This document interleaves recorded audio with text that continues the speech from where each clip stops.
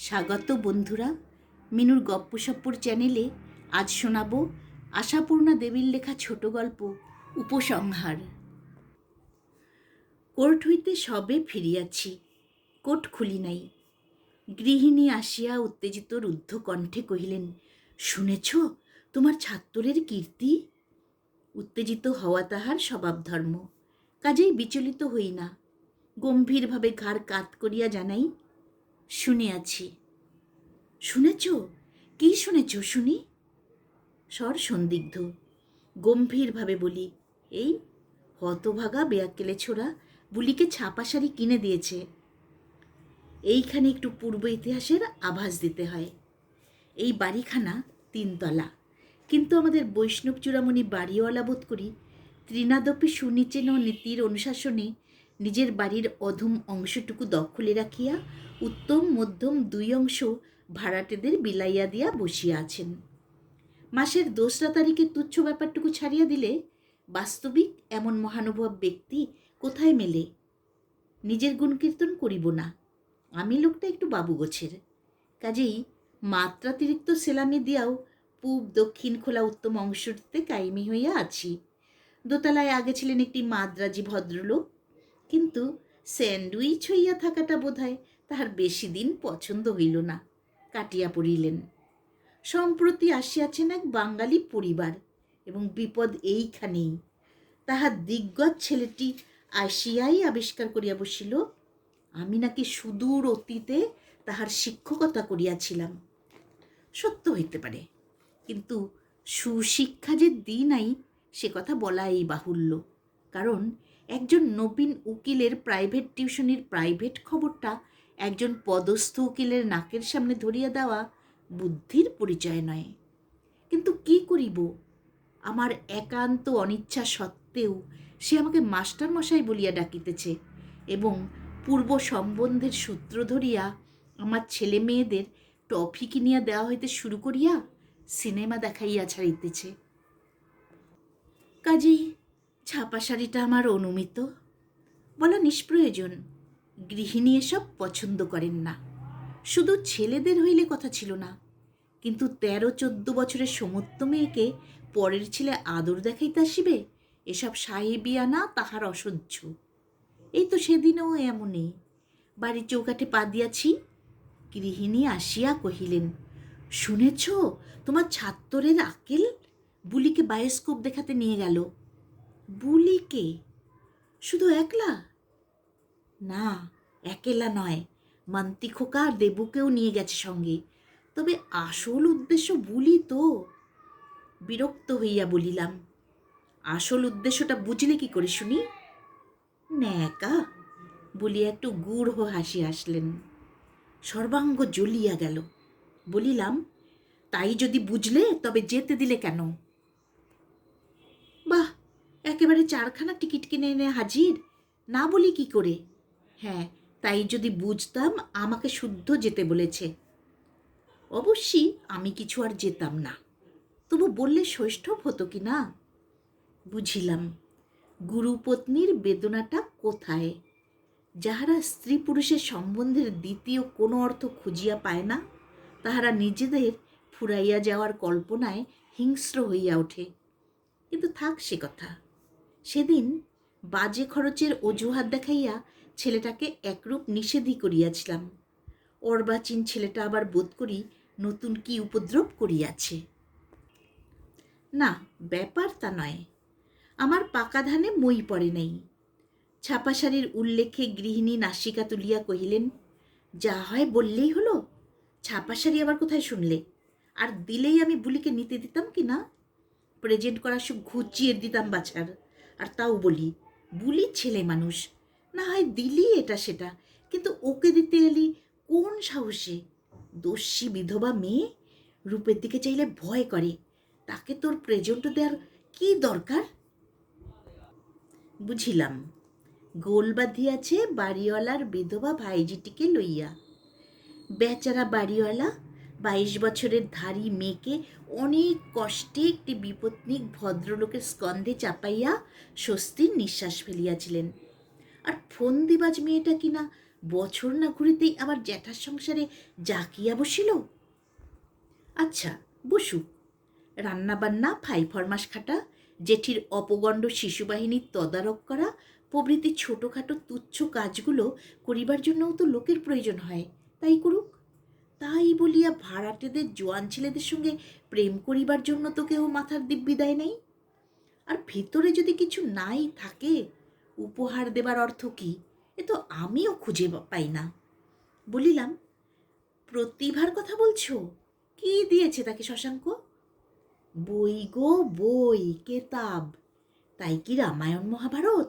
কবিতার বই, রবি ঠাকুরের পদ্যের বই।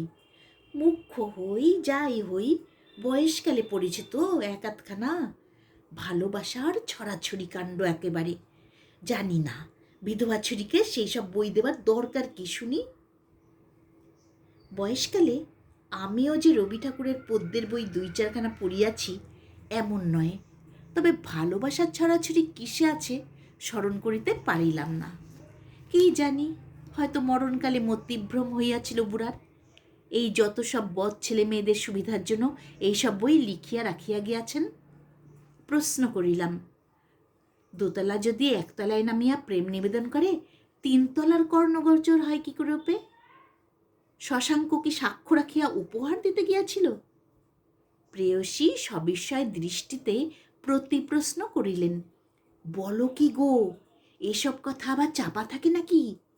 শুনলাম বিদুষী সুন্দরী বুঝি দোতলায় এসে ছোড়ার মাকে মাসিমা মাসিমা করে বই চাইতে আসে হামেশাই। তোমার গুণধর ছাত্তর তাতেই একেবারে দয়ায় গলে 5খানা বই কিনেই দান খয়রাত করে বসেছেন। এখন পড়বি তো পর, বাড়িওয়ালা গিন্নির হাতে সেই বই। শুধু দিয়ে আস মেটেনি কিনা, প্রতিভা দেবীকে স্নেহ উপহার লিখেছে। কেন রে বাপু, স্নেহ করবার আর লোক পেলি না? ভদ্র লোকের বিধবা মেয়েকে গিয়েছি স্নেহ করতে? এই যে বুলি টুলিকে এটা সেটা দিচ্ছিলি, আমরা কি একটা কথা বলেছি? হাজার হোক আই বুড়ো মেয়ে, আর এ দেখে একেবারে বাড়িওয়ালা গিন্নি ধেই ধেই করে নাচছে। দেখিলাম স্নেহ প্রবাহটা বুলির উপর হইতে সরিয়া গিয়া অন্য খাতে প্রবাহিত হওয়ায় বুলির জননী আশ্বস্ত হওয়ার পরিবর্তে বরং ক্ষুব্ধ। হায় নারী চরিত্র! দেখি যে মন্ত্রী খোকা খেলা ফেলিয়া যুগপৎ পিতামাতার মুখে পানে চাহিতেছে। বোধ করি ভাবিতেছে, ইহারা এরূপ অর্থহীন কথা কহিয়া কি সুখ পায়। কিন্তু অর্থহীন ব্যাপারের অর্থ গ্রহণের চেষ্টা বয়স্কদের চাইতে শিশুদের প্রবল। তাই গৃহিণীর বাক্যস্রোত বন্ধ করিতে তাড়াতাড়ি কহিলাম, আচ্ছা, শশাঙ্কচরিত শেষ করে এইবার চায়ের ব্যবস্থা করো দেখিনি। ভয়ানক তেষ্টা পেয়েছে। আহা, ব্যবস্থা হতে বাকি আছে যেন তোমার বলার অপেক্ষায়। অবুলি, কুড়ের বাদশামী, 2 পেয়ালা চা করতে যে বুড়ো হয়ে গেলি। এক হাতে মহিষী মাতৃদেবীর জন্য এনামেলের গ্লাসে বিস্কুট, পাউরুটি প্রভৃতি অমেধ্য সংস্পর্শ বর্জিত পবিত্র চা, ও অন্য হাতে হতভাগা বাপের জন্য পেয়ালায় করিয়া অপবিত্র চা লইয়া বুলি সাবধানে আসিয়া দাঁড়াইল। নিজেরটি তাড়াতাড়ি হস্তান্তর করিয়া বুলির জননী কহিলেন, ওর হাতে এতে দিসনি তো? কন্যার পরিবর্তে আমি উত্তর দিই, পাগল হয়েছ? যাতে তাতে হাত দিলেই হলো? তোমার হাতে মানুষ হচ্ছে না। বুলি শোন, শশাঙ্ক তোদের প্রতিভা দিদিকে কী বই দিয়েছে আনতো দেখি। আজ আর বেরোবো না ভাবছি, পড়ি একটু। বুলি হাসিয়া ফেলে, ভারী নতুন বই কিনা, খেয়া নৈবেদ্য আর রোগসজ্জায়। ও তো আমাদের বাড়িতেই রয়েছে বাবা। আচ্ছা, তাহলে খোঁজ করে আয় শশাঙ্ক বাড়ি আছে কি না। এটা কি হলো? বুলি অদৃশ্য হইতেই প্রশ্নবাণে বিদ্ধ হই। কিছু না, হতভাগা ছোড়াকে একবার চাপকে দিই। এইসব অশ্লীল বই কিনে ভদ্রলোকের মেয়েকে উপহার দেওয়ার শখ মিটুক, এতটা বোধ করি আশা করেন নাই। সন্দিগ্ধ স্বরে কহিলেন, ঢং। কিছুক্ষণ পরেই নিচের উঠান হইতে ডাক আসিল, শচীনবাবু শুনুন একবার। বাড়িওয়ালার কণ্ঠস্বর, এই যে শচীনবাবু, বসুন। প্রাইভেট কথা আছে একটা। অবশ্যই ঘরের কেলেঙ্কারি বলবার নয়, তবে হারামজাদা ছোকরা আপনার ছাত্র বলেই বলছি। সুদূর অতীতের সেই শিক্ষকতার অপকর্ম স্মরণ করিয়া নিঃশ্বাস ফেলিলাম। বলিলাম, বলুন। এই গিরিনবাবুর ছেলে যে কাজটি করেছে, মানে বাড়িতে শুনেছেন তো, এতে বাছাধনকে কোনো রকমে আইনের প্যাচে ফেলা যায় না? অবাক হইয়া বলি, আইনের প্যাচ? উকিল হইয়াও অবাক হই। হ্যাঁ, মানে ইয়ে, শুধুই কি বইয়ের কথা বলা যায়? ধরুন দু একটা ব্যাপার যোগ করে বুঝছেন তো, মানে জব্দ করা আর কি। গিরিনবাবুর কথাই ধরুন না, বাপু, তোর ছেলে না হয় 5টা পাশই করেছে, মোটা মাইনের চাকরি একটা জোগাড় করেছে, তাই বলে লোকের ঘরে আগুন দেবে? সমঝে দেওয়ার দরকার তো। বলিলাম, চায়ের পেয়ালায় ঝড় তুলে মন খারাপ করছেন কেন? যেতে দিন ওসব কথা। মেয়েটিকে বরং ডেকে বুঝিয়ে দিন যাতে দোতলায় আসা যাওয়া না করে। আমার চাইতে 10 গুণ অবাক হইয়া সকণ্ঠী বাড়িওয়ালা কিছুক্ষণ বিমূঢ়ের মতো চাহিয়া থাকিয়া তীব্র কণ্ঠে কহিলেন, বুঝিয়ে দেওয়া? বলে কয়ে বুঝিয়ে দেওয়া? বলেন কি মশাই, মেরে ওর হাড়মাস আলাদা করিনি আমি? বড় হয়েছে তো বয়ে গেছে, তা বলে। শুনিবার ধৈর্য বজায় রাখা কঠিন হইল। গিরিনবাবুকে নোটিশ দিন না বলিয়া চলিয়া আসিলাম। লর্ড সাহেব, স্বরটা অস্ফুট হইলেও কানে আসিয়া ফুটিল। দিন 2 পরের কথা। ফিরিতে সন্ধ্যা হইয়া গিয়াছিল। বাড়ি ঢুকিতেই গৃহিণী বিলম্বের হয়তো অনুসন্ধানরূপ মহৎ কার্যের পরিবর্তে উত্তেজনা রক্ত মুখে কহিলেন, শুনেছ কাণ্ড? কহিলাম, কি? দিন দুপুরে মেয়ে চুরি? শুনেছ তাহলে? কোথায় শুনলে? শুনলাম আর কোথায়, দেখলাম যে। কোর্ট থেকে বেরিয়েছি, দেখি সামনেই শশাঙ্ক। কি ব্যাপার? বলে কি না, মাস্টারমশাই, এই ভিড়ে হাওড়া স্টেশনের টিকিট কেনা তো মহা ঝঞ্ঝাট। প্রতিভা রয়েছে সঙ্গে, আপনি যদি একটু হেল্প করেন। তাই এসেছি। পাষাণ প্রতিমার মুখ দিয়া একটি মাত্র শব্দ বাহির হইল, বললে এই কথা? বললে তো। আর তুমি? আমি গেলাম ঘষ্টাতে ঘষ্টাতে, উপায় কি? তা নইলে এত দেরি কেন? এই তো হাওড়া স্টেশন থেকে আসছি।